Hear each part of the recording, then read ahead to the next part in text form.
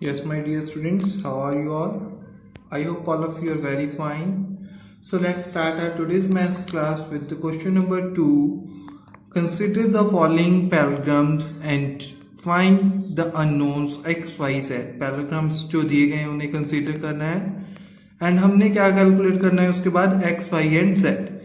So let us firstly see the figure shown to you. In the figure you can easily see x is equal to 90 degree because both these angles are vertically opposite angle. जब cross बनता है तो उसके opposite sides वाले angle क्या होते हैं? Vertically opposite angles. जो वर्टिकली ऑपोजिट एंगल्स होते हैं वो क्या होते हैं? Equal. So that means x is equal to 90 degree. क्योंकि ये 90 है तो ये भी कितना होगा? 90. So right the solution here.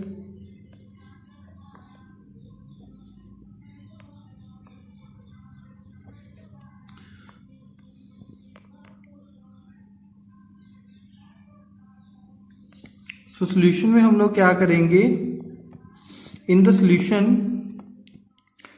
Firstly right x is equal to 90 degree and reason is vertically opposite angles.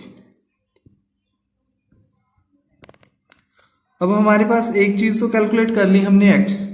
Now come to the y. y calculate कैसे करेंगे? x पता है हमें, एक एंगल 30 डिग्री है और y कैलकुलेट कर सकते हैं हम लोग एंगल सम प्रॉपर्टी यूज करके. एंगल सम प्रॉपर्टी कौन सी होती थी?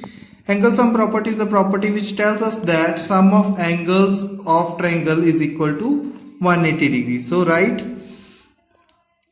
सम of all angles of triangle is equal to 180 degree. सभी एंगल्स का सम कर दीजिए. y plus x plus 30 degree is equal to 180 degree. Right now y की वैल्यू नहीं पता, x की value 90 plus 30 degree is equal to 180 degree. y plus 90 plus 30 that is 120 degree is equal to 180 degree. y is equal to 180 degree. अब 120 जब उधर जाएगा तो sign change कर लेगा, माइनस का हो जाएगा. अब y की वैल्यू क्या आ जाएगी हमारे पास? 180 degree minus 120 degree that is 60 degree. ये भी हमारे पास आ चुकी है.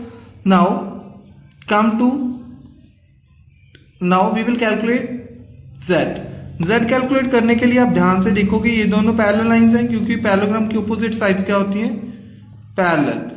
इनको एक ट्रांसवर्सल कट करता है तो ये दोनों एंगल्स कौन से बन जाते हैं? ये दोनों एंगल्स बन जाते हैं alternate interior angle. And alternate interior angles जो होते हैं वो क्या होते हैं हमारे पास? इक्वल. सो अब इसको हम लोग इक्वल रख के प्रॉपर्टी लिख देंगे.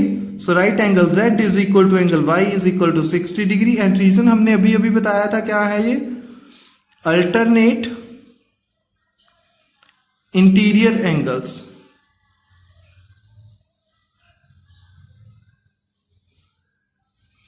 Okay. Yes students, now come to the question number 4. In the question number 4 we again have to find x, y and z. हमें x, y, z ही कैलकुलेट करना है. सो सबसे पहले हम इजी वन से स्टार्ट करते हैं. So right solution here. अब अगर आप ध्यान से देखो y एंड 80 डिग्री दोनों एंगल्स एक दूसरे के क्या है हमारे पास? सामने ऑपोजिट एंगल्स हैं एंड ऑपोजिट एंगल्स पैरेललोग्राम के क्या होते हैं?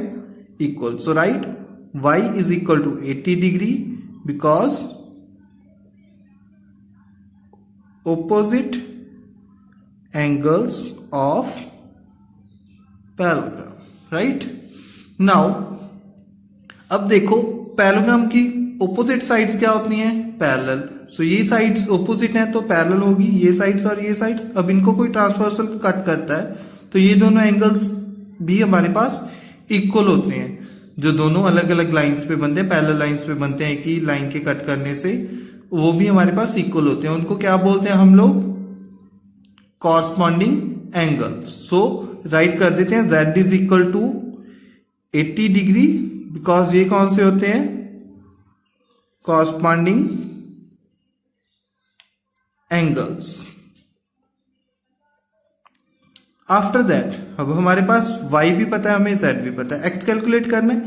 x एंड 80 कौन से एंगल्स हैं? एडजेसेंट एंगल्स है, साथ साथ वाले एंगल्स हैं। एंड पैरेललोग्राम की क्या प्रॉपर्टी पढ़ी थी हमने कि इसके एडजेसेंट एंगल्स का सम कितना होता है? 180 degree, because these are supplementary. So right x plus 80 degree is equal to 180 degree because adjacent angles of parallelogram are supplementary, right? Now x is equal to 180 degree. अब ये 80 जब दूसरी साइड में shift होगा सो ये साइन चेंज कर लेगा, सो 180 degree minus 80 degree, answer will be the 100 degree. अब x भी हमारे पास आ गया, कितना आ गया? 100 डिग्री। हमने y कैलकुलेट करना था, z कैलकुलेट करना था एंड x कैलकुलेट करना था, तीनों हमारे हो चुके हैं। Yes students, now it's turn to solve the question number 2 and part 5। In part 5 again we have to find x, y and z. So let's start solving as we have provided with a parallelogram and parallelogram के opposite angles क्या होते हैं? Equal. Again हमें एक ऐसा pair मिल गया जो opposite है और इक्वल है, जिनमें से हमें एक पता है, so y is equal to 112 degree. So right solution here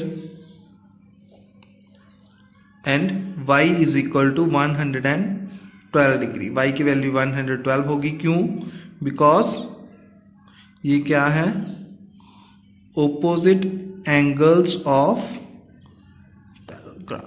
right. अब इस ट्रायंगल में हमें y कैलकुलेट पता लग गया, 40 पहले से पता था, एंड x कैलकुलेट कर सकते हैं हम लोग एंगल सम प्रॉपर्टी लगा के ट्रायंगल की, राइट। सो लिख देते हैं यहाँ पे x plus y plus 40 degree is equal to 180 degree. कौन सी प्रॉपर्टी है ये? Angle sum property of triangle. Now y की वैल्यू पुट कर देते हैं, x plus 112 degree plus 40 degree is equal to 180 degree.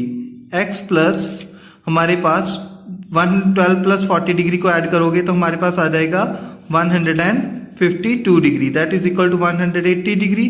x is equal to 180 degree, ये 152 जब साइड चेंज करेगा सो अपना नेचर चेंज कर लेगा, प्लस का है तो माइनस का हो जाएगा। अब 180 degree minus 152 degree, so answer will be the 28 degree. x हमारे पास कितना आ गया? 28 डिग्री। अब ये हमारे पास दो क्या है? Parallel sides. यहाँ पे हमारे पास दो पैरेलल साइड्स को क्या कट कर रही है? एक लाइन कट कर रही है। तो अगेन जैसे हमारे पास पहले सामने आए थे जो हमने आज किया था थर्ड पार्ट में, तब भी हमारे पास ऐसा ही कुछ बना था कि दो पैरेलल लाइंस हैं, उनको एक लाइन कट करती है, उसके बाद जो एंगल्स बनते हैं इनको क्या बोलते हैं हम लोग? Alternate interior angles, right. जैसे हमारे पास Z की फॉर्मेशन होती है तो ये वैसी ही फॉर्मेशन हो रही है, देखो ये दोनों एंगल्स क्या होते हैं? इक्वल। सो यहाँ पे हमारे पास Z किसके इक्वल हो जाएगा? x। So Z is equal to x is equal to 28 degree. क्यों? बिकॉज यहाँ पे कौन से एंगल्स फॉर्म हो रहे हैं? Alternate interior angles. I think all these three questions are clear to you.